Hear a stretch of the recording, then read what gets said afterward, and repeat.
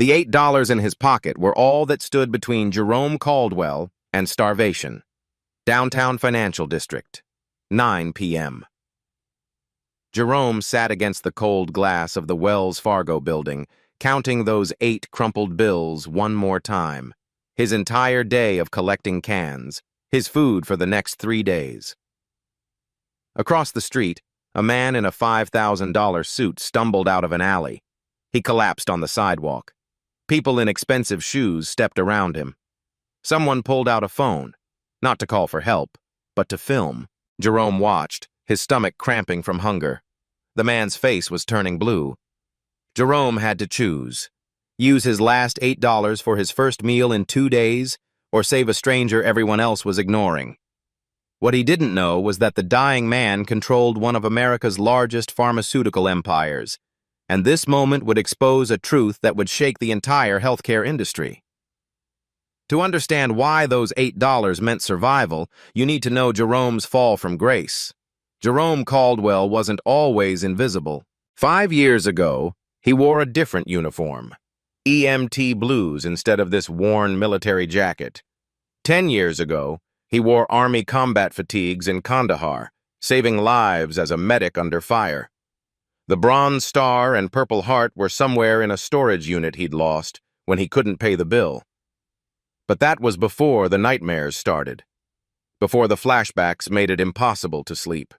Before he lost his job because his hands shook too much during a trauma call, a kid who looked too much like the one he couldn't save in Afghanistan.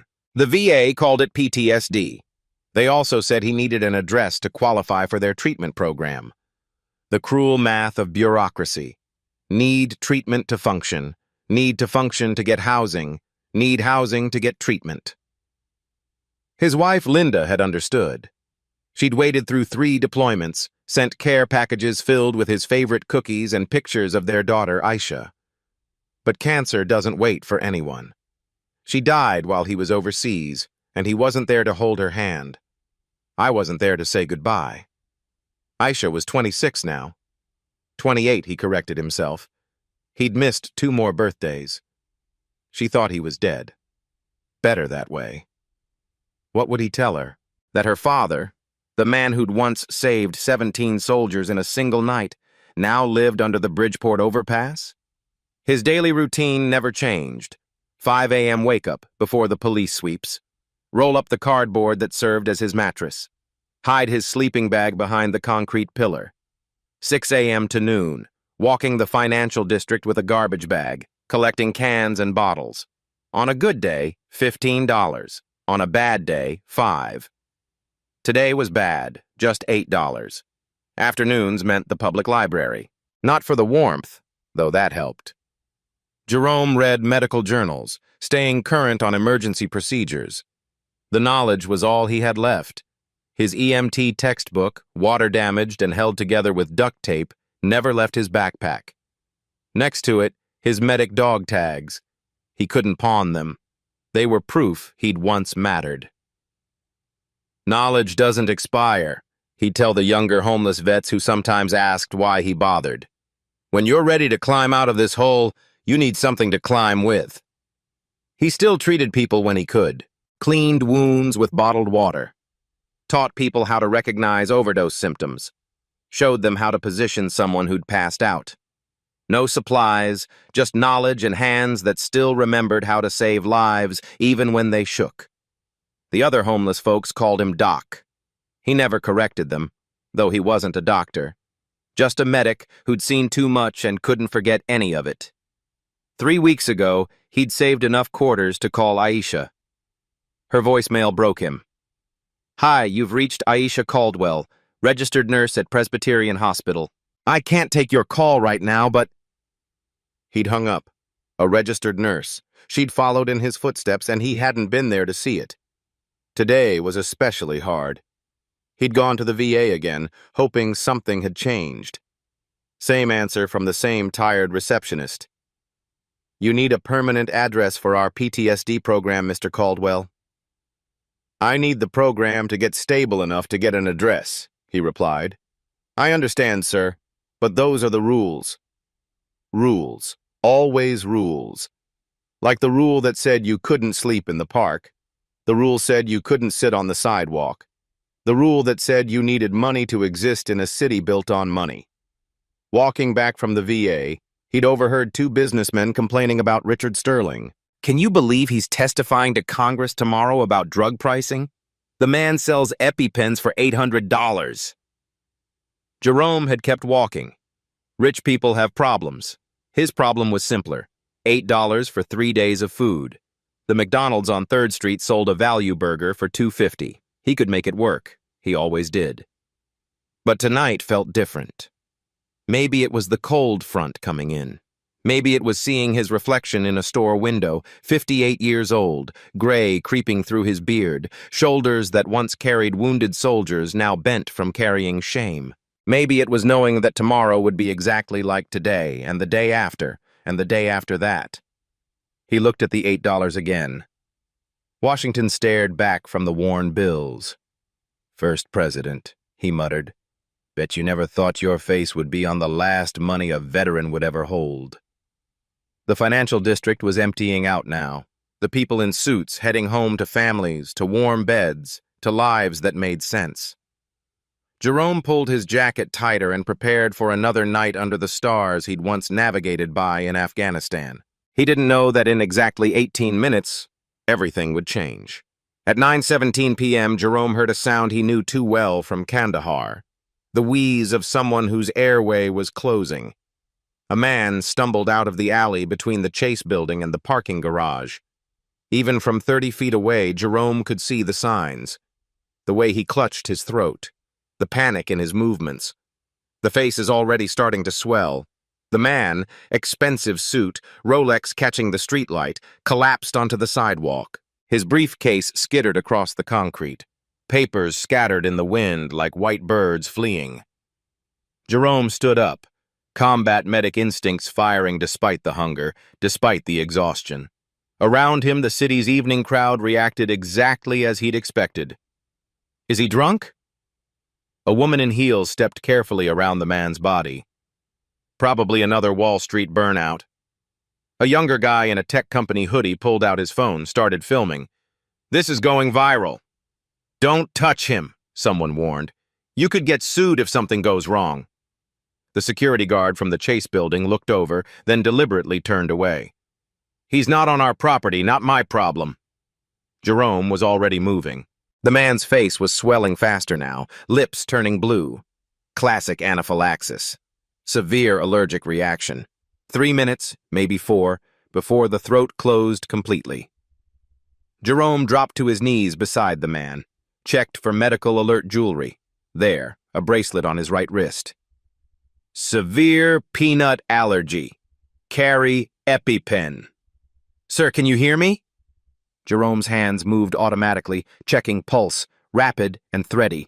The man's eyes were wide with terror, unable to speak. Jerome searched the man's jacket pockets. Found it. An EpiPen auto-injector. But it was cracked. Must have broken when he fell. The precious epinephrine leaked uselessly onto Jerome's hands. "No, no, no." Jerome looked up at the growing crowd.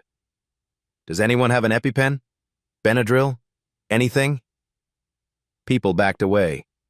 Someone muttered about not wanting to get involved. The man filming zoomed in closer. Think. Think. The Walgreens across the street, open until 10. Jerome checked his watch, 9:21.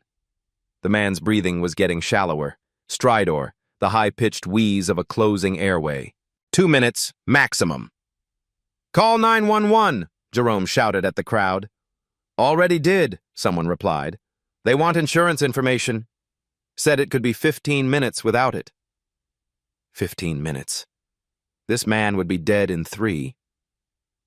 Jerome looked at the victim's face. Despite the swelling, he could see it. The raw terror of someone who knew they were dying. The same look he'd seen in Afghanistan, in emergency rooms, in too many places.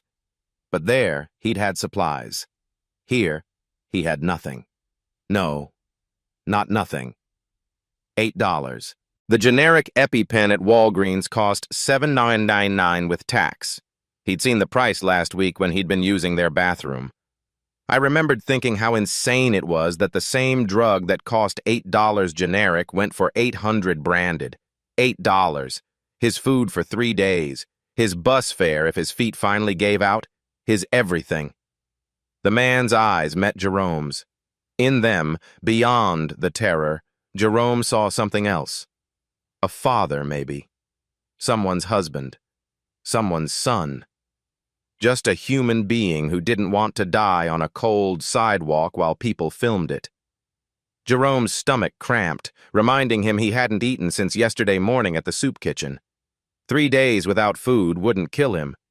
He'd gone longer in Afghanistan, but this man had minutes. "Listen to me," Jerome said, leaning close to the man's ear. "I'm a medic. I'm going to get you medicine. You hang on." "That's an order, soldier." The man's eyes flickered.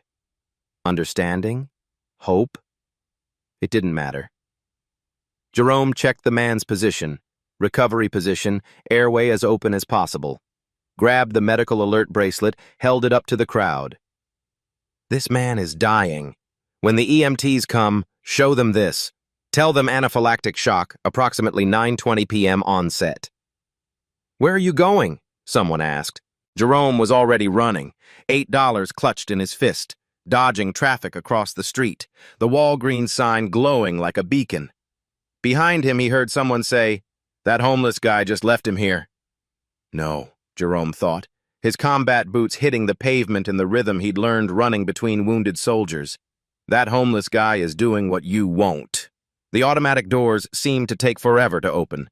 The security guard stepped forward, hand raised to stop him. Another barrier, another rule, another person who'd decided Jerome didn't belong.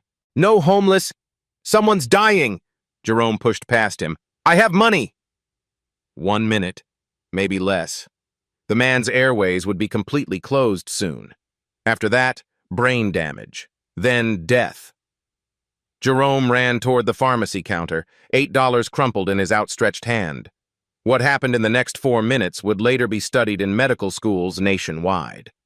Jerome hit the pharmacy counter at full speed, slamming his hands down so hard the pharmacist jumped back. She was young, maybe 25, with the cautious look of someone used to dealing with difficult customers after dark. "EpiPen, generic, now!" Jerome's voice carried the same command he'd used calling for medevac in Kandahar. "Sir, you need to calm down. Do you have a prescription?" "It's not for me!" Jerome pulled out the $8, smoothing the crumpled bills on the counter. "Man outside, anaphylactic shock. He's dying right now." The pharmacist's eyes went to the security guard approaching behind Jerome. "Sir, I can't just... Every second you waste, brain cells die." Jerome's hands were steady now, the shaking gone. This was combat. This was what he knew. Generic epinephrine auto-injector, $7.99 with tax. Here's $8. "I need to see identification. It's policy. Check your cameras." Jerome pointed at the front windows. "You'll see him dying on the sidewalk. Badge number..." He rattled off his old EMT number, hoping she wouldn't check. "Jerome Caldwell, combat medic, Afghanistan, 2009 to 2013. I know how to administer epinephrine. That man has maybe 60 seconds. The security guard grabbed Jerome's shoulder. "Sir, you need to leave.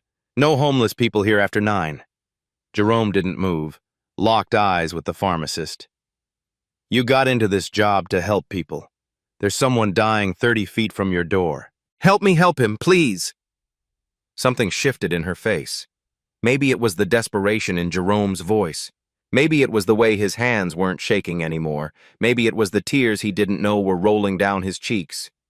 She looked at the security guard. "Let him go, Tom." "But he's..." "Let him go." She turned, grabbed a box from the shelf behind her, scanned it. $7.99. Jerome slapped the $8 down. She rang it up, the receipt printing with agonizing slowness. 1 penny change clattered onto the counter. Jerome was already ripping the box open with his teeth as he ran. "Wait! Your penny!" He burst through the doors. The crowd had grown. Someone was live streaming. The man, Richard, someone had said his name was Richard, wasn't moving. Jerome dropped to his knees, the package torn completely open. The auto-injector fell into his palm. Orange tip to thigh, blue to sky. The mantra every medic knew. No breath sounds. The man was unconscious, lips purple-blue. "Come on, soldier, not on my watch." Jerome pulled the blue safety cap, positioned the orange tip against the man's outer thigh, right through the expensive suit fabric. 3, 2, 1. The click of the injector firing. Hold for 10 seconds. 1 Mississippi, 2 Mississippi. The longest 10 seconds of Jerome's life since his last firefight. 3 Mississippi, 4 Mississippi. The crowd is silent now. 5 Mississippi, 6 Mississippi. Even the person filming had lowered their phone. 7 Mississippi, 8 Mississippi. Someone whispered a prayer. 9 Mississippi, 10 Mississippi. Jerome pulled the injector away, immediately positioning Richard in recovery. Checked for pulse. Still there. Weak, but there. Nothing. No breath. Jerome tilted Richard's head back, lifting his chin. Still nothing. "No, no, no! Work, damn it, work!" The epinephrine should be hitting the system. Should be countering the histamine reaction. Should be... He positioned his ear near Richard's mouth. Nothing. The crowd murmuring now, someone saying it was too late. "It's not too late," Jerome said loudly. "Never too late while there's a pulse." He rechecked Richard's positioning. Sometimes, with severe anaphylaxis, the first dose wasn't enough. But he didn't have a second dose. Just knowledge and hope. "Richard, listen to me," Jerome spoke directly into the man's ear.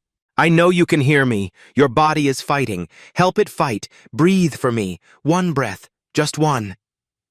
A gasping breath. Barely there, but there.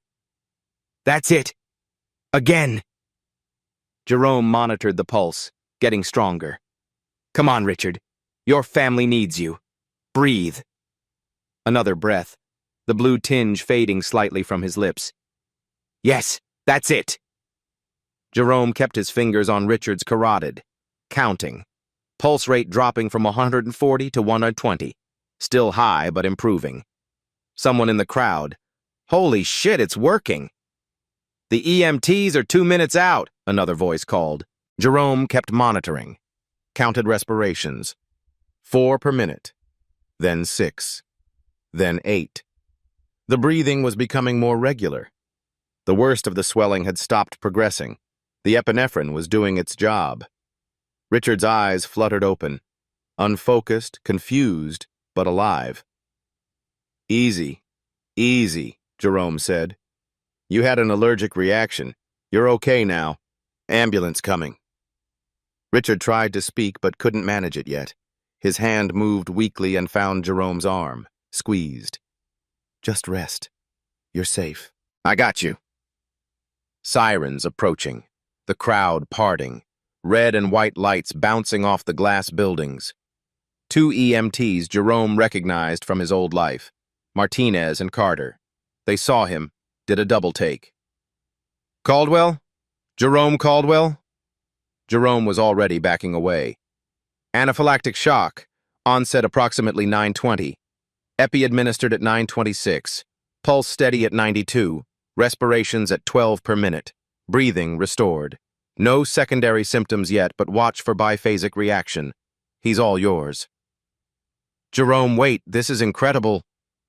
But Jerome was already disappearing into the crowd. He heard Martinez telling Carter, "That guy trained me. Best medic I ever knew, before he had troubles." Richard was trying to sit up, the EMTs gently restraining him, getting him onto the stretcher. Who saved?" "A good Samaritan, sir. He's gone." "Find him," Richard whispered. "Please." Jerome turned the corner, legs suddenly shaky. The adrenaline is wearing off. The hunger returned like a punch to the gut, worse than before. His hands started trembling again. The steady combat medic's hands are gone, replaced by the shaking hands of a hungry, tired, broken man. $8. Gone. His food money. His everything. He slumped against a building, exhaustion hitting like a wave. 3 days without food stretched ahead like a prison sentence. But underneath the hunger, underneath the exhaustion, something else. The feeling he'd had carrying wounded brothers to safety. The feeling of matter, of being more than just another invisible man in a doorway. He looked at his hands. They'd stopped shaking completely during those 4 minutes. For those 4 minutes, he'd been who he used to be, who he was meant to be. Jerome pulled out the EMT textbook from his backpack, held it against his chest like armor. Somewhere behind him, an ambulance was taking Richard Sterling to the hospital. Richard would live, would go home to his family. I will wake up tomorrow. $8. Jerome had given his last $8 to save a stranger who dressed in suits that cost more than Jerome had seen in years. His grandmother's voice echoed in his mind. Baby, your character is your only real currency. He'd been rich tonight. For 4 minutes, he'd been the richest man in the city. His stomach cramped again, vicious and demanding, but Richard was breathing. That was enough. It had to be enough. Jerome headed back toward the underpass, toward his cardboard bed, toward another cold night. He had no idea that cameras had captured everything. No idea that Richard Sterling wasn't just any businessman. No idea that those $8 were about to multiply into something that would change thousands of lives. For now, he was just hungry, just tired, just another invisible man who'd done something visible, then vanished back into the shadows where society preferred him to stay. But Richard Sterling wasn't the type of man who forgot a debt. In the private room at Mount Sinai Hospital, Richard was fully conscious now, oxygen mask removed, arguing with anyone who'd listen. The attending physician, Dr. Sarah Winters, tried to calm him down. Mr. Sterling, you need to rest. You've been through a severe trauma. I need to find him. Richard's voice was hoarse but determined. The man who saved me. Brown skin, late 50s, military jacket. His assistant, Jennifer, already had her tablet out. Sir, that describes many homeless individuals in the financial district. He knew exactly what to do. Military precision. Find him. The head of hospital security, Mike Harrison, pulled up his laptop. We can check the street cameras. What time did this happen? 9:20 p.m., Doctor. Winters read from this chart. EMTs arrived at 9:29. The patient was already stabilized. Harrison pulled up the footage. They watched Jerome's sprint to the pharmacy, his return, the injection. Richard leaned forward, studying the grainy image. There. Freeze it there. The image showed Jerome's face clearly as he administered the epinephrine. That's him. I'll have my team canvass the area, Harrison said. No. Richard's voice was firm. I'll go myself. Tomorrow morning. Sir, you need at least 48 hours of observation. I'll sign myself out of the AMA if I have to. Richard turned to Jennifer. Clear my schedule. Everything. Meanwhile, 3 miles away, Jerome was lying on his cardboard mat under the overpass. His stomach had moved past, cramping into a dull, constant ache. The other homeless veterans in the camp noticed. Doc, you okay? Asked Tommy, a Gulf War vet missing his left leg. Fine, Jerome lied. Tommy pulled out half a sandwich from his pack. Found this earlier. Still wrapped. Jerome's mouth watered, but he shook his head. You need it more than me. Doc, when's the last time you ate? Yesterday. Another lie. It has been 2 days now. Tommy pushed the sandwich toward him anyway. Jerome pushed it back. Save it for yourself, Marine. That's when Jerome noticed something had fallen from his pocket during the run. His VA appointment card, the one showing his rejection from the PTSD program. Gone. His stomach sank. Without it, he'd have to start the application process all over. 6 months of waiting, wasted. He pulled Linda's photo from his inner pocket. Water-damaged, creased, but her smile is still visible. I saved someone tonight, baby. Used the last of my money, but I saved him. You would have been proud. The next morning, Richard discharged himself against medical advice. By 7 a.m., he was in the financial district with Jennifer and 2 security personnel. They started at the pharmacy. The young pharmacist from the night before was just ending her shift. The homeless veteran? Jerome? Yeah, he comes by sometimes. Never causes trouble. Always polite. Where can I find him? She shrugged. The camps move around. Police sweeps, you know? Maybe try the underpass in Bridgeport? Richard's motorcade pulled up to the underpass at 8 a.m. The homeless scattered, thinking it was a police raid. But Richard stepped out alone, hands visible, moving slowly. I'm looking for Jerome Caldwell, he called out. I just want to thank him. Silence. Then Tommy rolled forward in his wheelchair. Why are you looking for Doc? He saved my life last night. I want to thank him. Maybe help him. Doc, don't need your money, rich man. Then what does he need? Tommy studied Richard for a long moment. Respect, treatment, a reason to hope. Can you give him that? Richard noticed the military tattoo on Tommy's remaining leg. Marine? Semper Fi. My brother was a Marine. 3rd Battalion, 5th Marines. Tommy's expression softened slightly. 3-5, huh? Good unit. He pointed toward the overpass. Doc's over there, but he won't take your money. Too proud. Richard found Jerome sitting against a concrete pillar, reading his water-damaged EMT manual. Jerome looked up, recognized him immediately, and started to stand to leave. Please, Richard said, just let me say thank you. Anyone would have done it. The footage shows 50 people who didn't. Richard pulled out his wallet.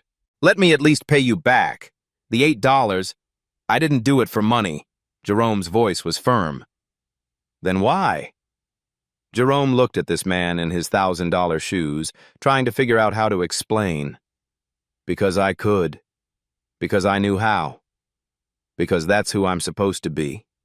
Even if I forgot for a while. Richard noticed the appointment card on the ground nearby. I picked it up. Saw the VA rejection stamp. The PTSD program denial. His expression changed. You're a veteran. It wasn't a question. What Jerome didn't know was that Richard Sterling had spent the last decade fighting a very different battle. Richard sat in his Bentley, still parked by the underpass, staring at Jerome's VA rejection form. His driver waited patiently. Jennifer sat in the back, taking notes as Richard made call after call. Get me Davidson from Veterans Affairs, Richard said into his phone. Yes, now. I don't care if he's in a meeting. While waiting, he pulled up Jerome's military record on his tablet. The screen filled with commendations. Purple Heart. Bronze Star with Valor. 17 lives saved in a single night under enemy fire. Exemplary service record. Then the discharge. Honorable. PTSD noted but untreated. Mr. Sterling? Davidson's voice came through. How can I help you? Jerome Caldwell.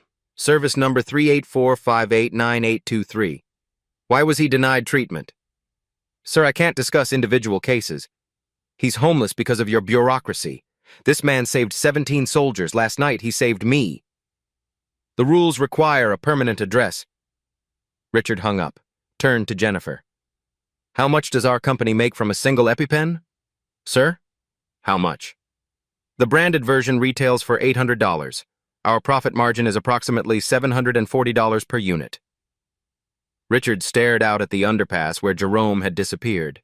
He bought the generic for $8. His last $8. His phone rang. The board of directors. Richard, where are you?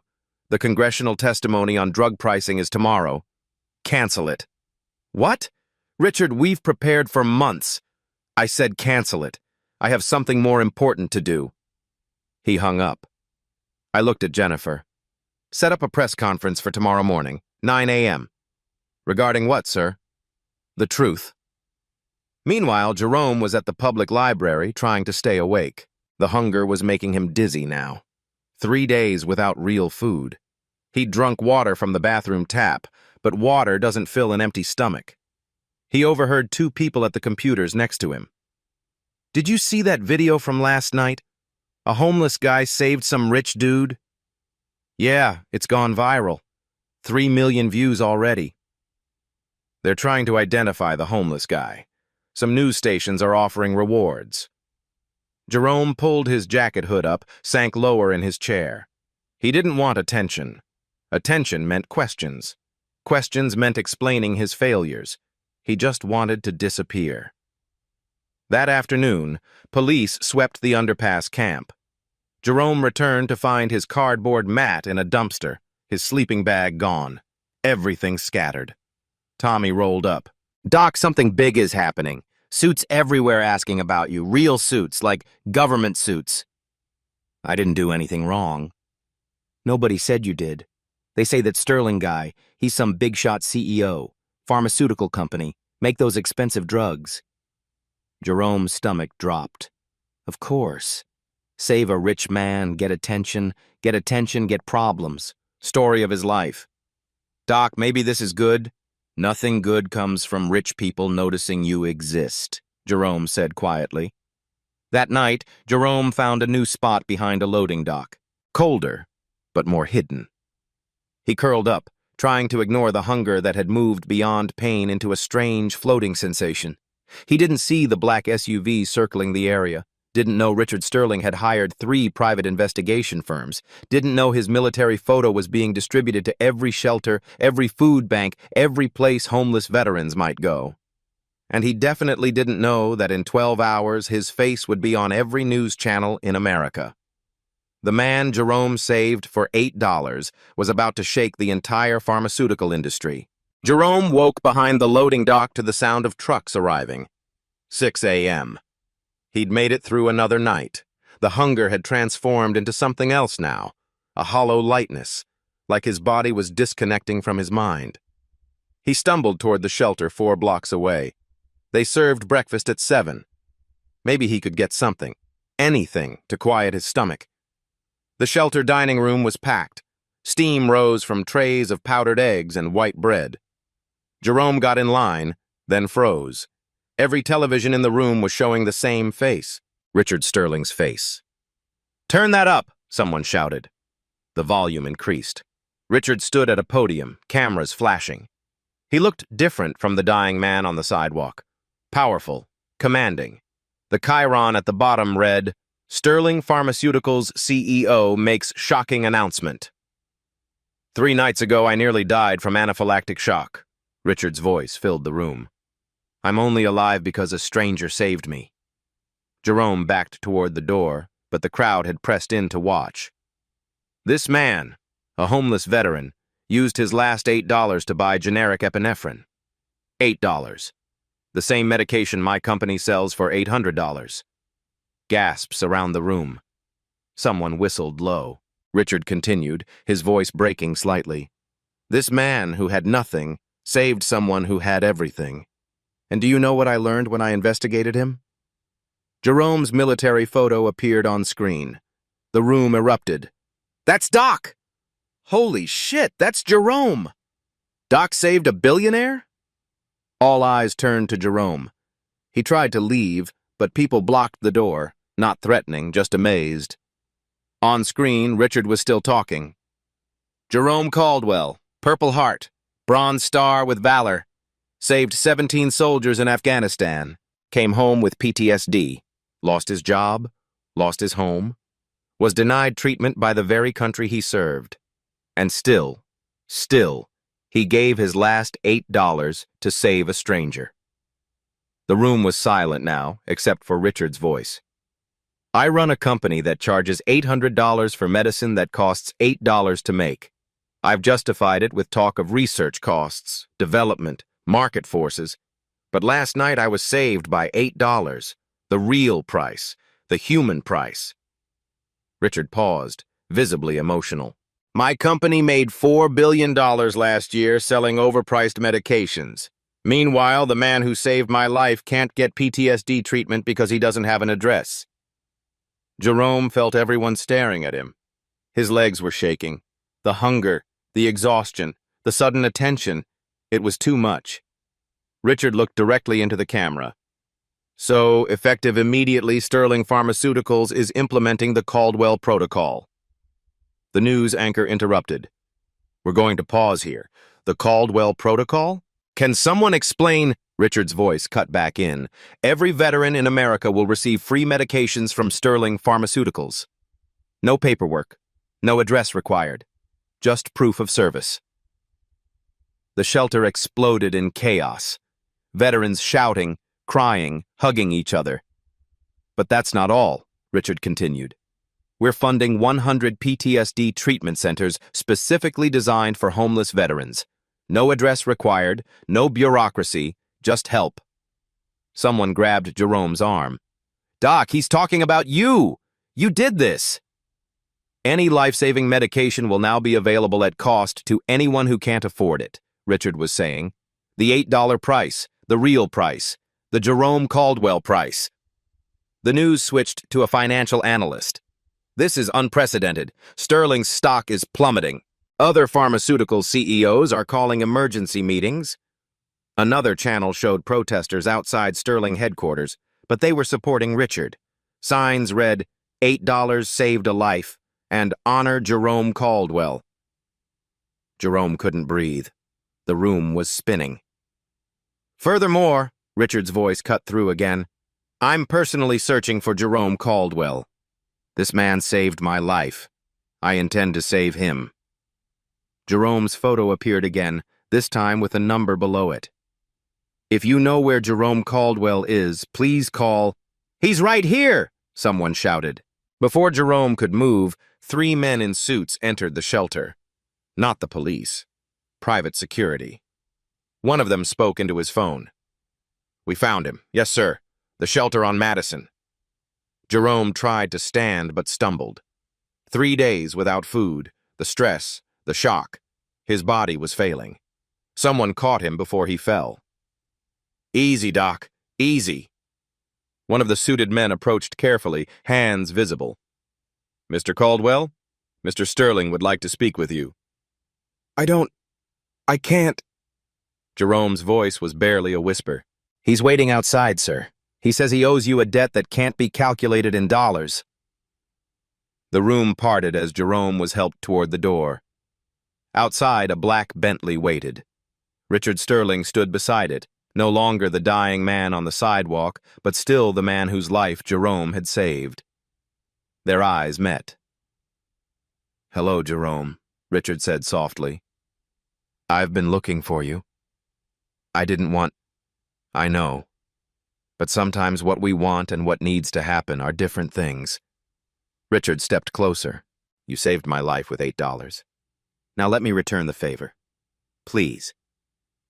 Behind them, every phone in the shelter was recording. Within minutes, the video would go viral, the billionaire and the homeless veteran standing face to face, while America watched. The $8 miracle had become a revolution. But Richard Sterling's debt wasn't just about money, it was about redemption. Richard guided Jerome to a small coffee shop across from the shelter. Not the Bentley, not some fancy restaurant, just a quiet place with worn vinyl booths and coffee that cost $1.50. You need to eat, Richard said, ordering toast, eggs, and orange juice. Please, let me at least do this. Jerome's hands shook as he ate slowly, his shrunken stomach protesting even small bites. Richard waited patiently, sliding documents across the table only after Jerome had managed half the meal. I'm offering you a position, Richard said quietly. Director of Veteran Services, Sterling Foundation. $150,000 salary, full benefits, housing included. Jerome's hand stopped halfway to his mouth. I'm homeless. I have PTSD. I'm broken. You're experienced. You understand what veterans need because you've lived it. Jerome pushed the papers back. I haven't seen my daughter in 2 years. I can't even take care of myself. How am I supposed to? Your daughter knows, Richard interrupted gently. Aisha. She saw the news. He pulled out his phone, showed Jerome a video. Aisha's face filled the screen, tears streaming down her cheeks. She was wearing scrubs, Presbyterian Hospital visible on the badge. "Dad, please come home," her recorded voice shook. "I never thought you were dead. I knew you were hurting. I became a nurse because of you, because you taught me that helping people matters more than anything. Please let me help you heal." Jerome broke completely, sobbing like he hadn't since Linda died. Richard didn't move, didn't speak, just let the man who'd saved his life fall apart in a booth while morning commuters bought their coffee. When Jerome finally looked up, Richard's own eyes were wet. "My brother was a veteran," Richard said quietly. "Tommy. 3 tours in Iraq. Came home different. We all saw it but didn't know what to do. I was too busy building my company, making money, being important." He paused. "Tommy killed himself 4 years ago. Left a note that said he couldn't find a reason to stay." The coffee shop seemed to fade around them. "I've made billions keeping medicine from people who need it," Richard continued. "Justified it with spreadsheets and profit margins. But you, with nothing, you gave everything. You gave me what I denied Tommy. A chance. I just did what I should have done. What we all should do." Richard leaned forward. "I can't bring Tommy back, but I can honor him through you. Through this." Richard pointed to the documents. "This isn't charity, Jerome. I need you. The foundation needs you. Those 100 treatment centers, they need someone who understands. Someone who's been in the underpass and in combat. Someone who knows what it's like to have the system fail you. I don't know if I can. You saved my life in 4 minutes with $8 and pure instinct. Imagine what you can do with real resources." Jerome's hands touched the papers. "First, I need treatment myself. Already arranged. Dr. Sarah Carter at the VA. She's cleared her schedule. No address required. We've cut through the red tape. My daughter. I'm waiting in my car outside. She took the day off." Jerome's head snapped up. "What?" "She drove here as soon as she saw the news. She's been looking for you for 6 months, Jerome. Every shelter, every camp. She never gave up." Jerome stood unsteadily. Richard caught his arm. "One more thing," Richard said. "The job comes with conditions. You get treatment, real treatment. You help design programs that actually work, not bureaucratic nightmares. And you teach my executives what service really means, what sacrifice looks like." "Why?" "Because you reminded me that wealth isn't what you have, it's what you give. And I've been bankrupt for years without knowing it." They walked outside. The Bentley was parked at the curb. The back door opened. Aisha stepped out. For a moment, father and daughter just stared at each other. 2 years of pain, shame, and distance between them. "Dad?" Her voice was barely a whisper.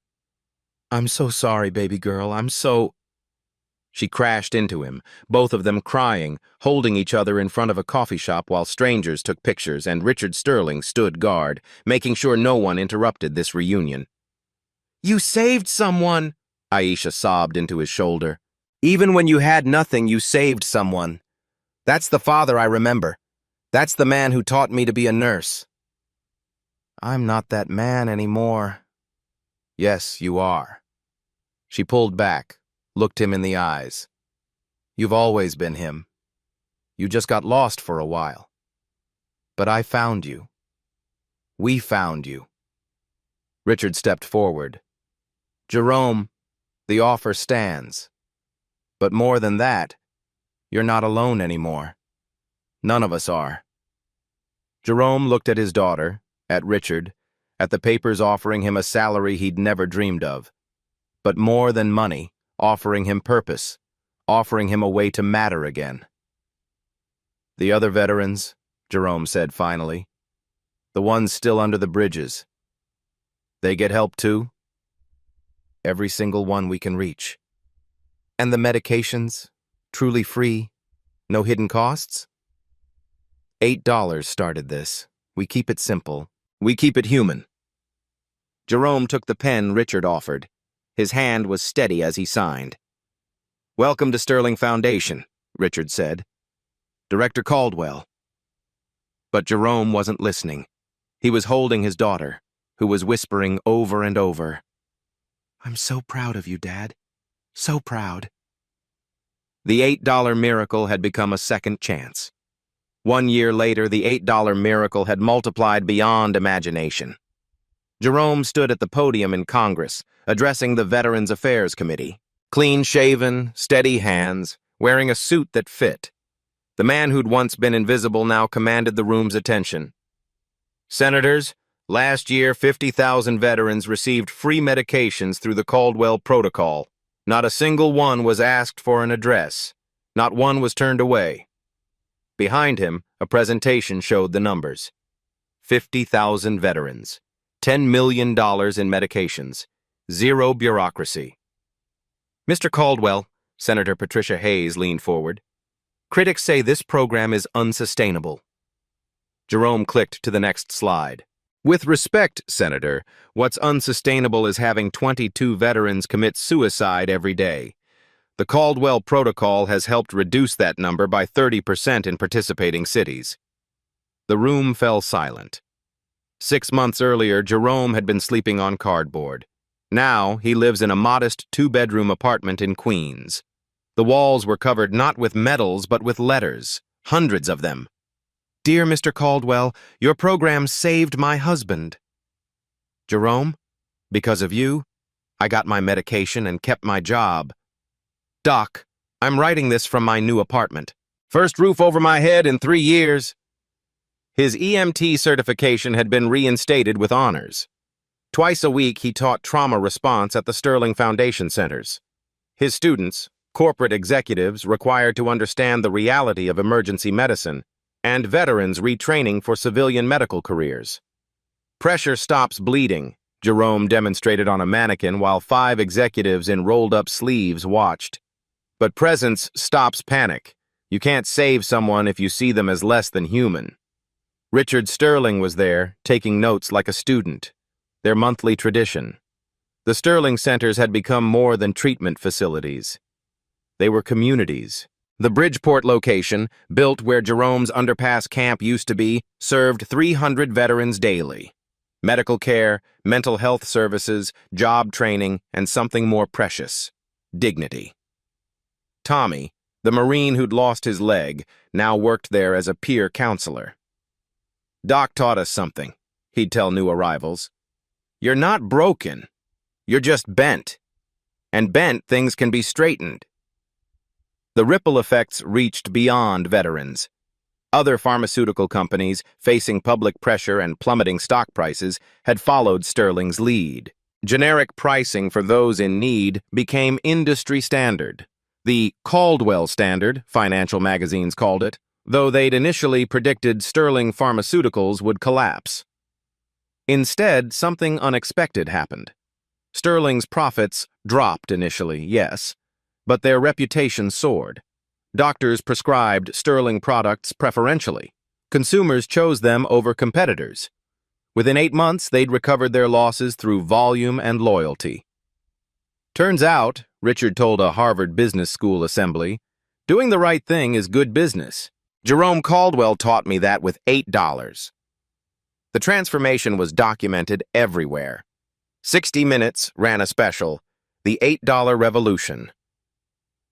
Jerome and Richard were interviewed together, the billionaire and the formerly homeless veteran now partners in reshaping American healthcare.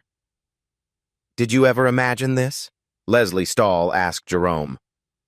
"I just wanted to eat that night," Jerome replied honestly. "But my grandmother always said, 'Your character is your only real currency.' Turns out she was right." The program showed Jerome training new veteran medics. Many were homeless themselves just months before. Now they wore Sterling Foundation uniforms, learning to save lives like Jerome had saved Richard's. "Remember," Jerome told his class, "expensive equipment is nice, but knowledge and compassion cost nothing and save everything." Aisha often joined him, teaching alongside her father. Their relationship, fractured by war and trauma, had healed into something stronger. She'd even convinced him to speak at her hospital about PTSD. The enemy isn't the trauma, Jerome told a room of doctors.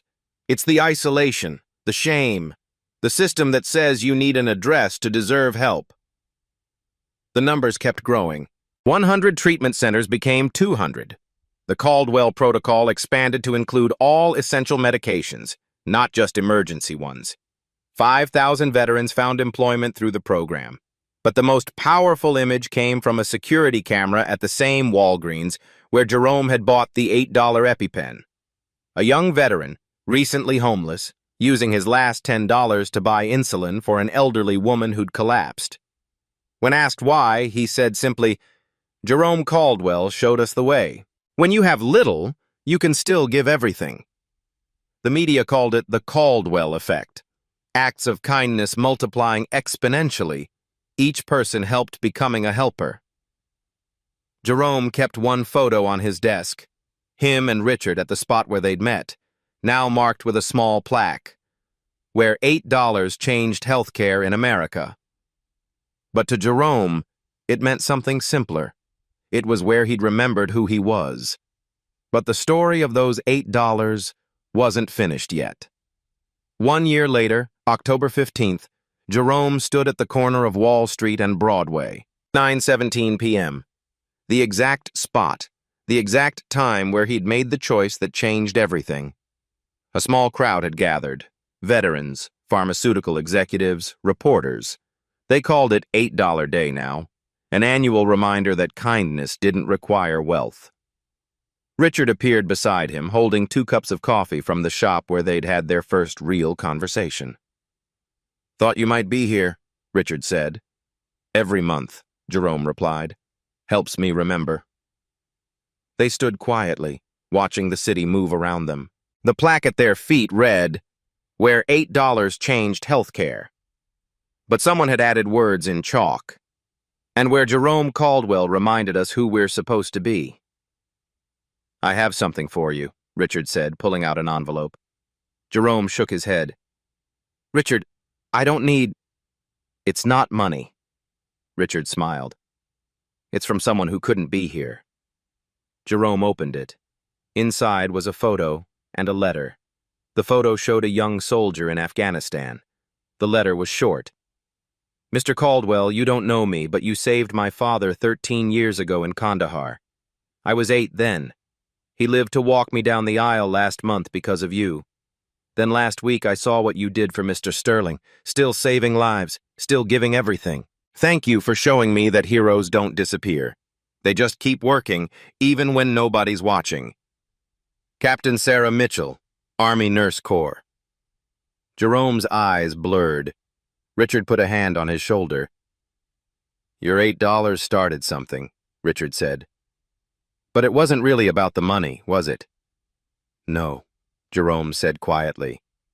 "It was about remembering that everyone matters, even when you have nothing, especially when you have nothing."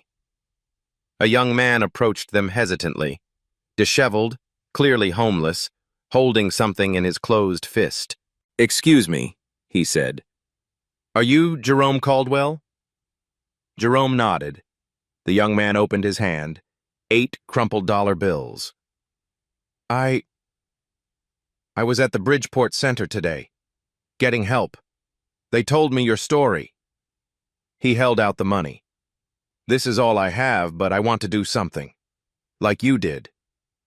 Jerome gently closed the young man's fingers back around the bills. "Keep it, but here's what you do. When you see someone who needs it more than you, you'll know. And when you help them, tell them to pass it on." The young man nodded, tears in his eyes, and walked away into the night. Richard watched him go. The Caldwell effect, still rippling. "No," Jerome corrected. "The human effect. I just reminded people it existed." Above them, in the Sterling Pharmaceuticals building, lights spelled out 8 in windows, a reminder that would stay lit every night. Tomorrow, Jerome would wake up, go to work, and help more veterans. Simple acts. Human acts. But tonight, he stood where it all started, holding his daughter's photo, his grandmother's wisdom echoing, "Your character is your only real currency." He'd been rich all along. Jerome had $8 and every reason to keep them. He was hungry, forgotten, and failed by the system he served. But in that moment of choice, he proved something powerful. Your worth isn't measured by what you have, but by what you're willing to give. Right now, 40,000 veterans sleep on American streets. Each one has a story, a name, a family they might have lost. They're not statistics. They're Jerome before those $8. You don't need to be rich to make a difference. You don't need to be powerful to save a life. Sometimes all it takes is seeing someone in need and choosing to act. Share this story not for views, but because someone watching might be at their lowest point, needing to know they still have value. Someone might have $8 and a choice to make. What will your $8 become? For every veteran still waiting for their miracle,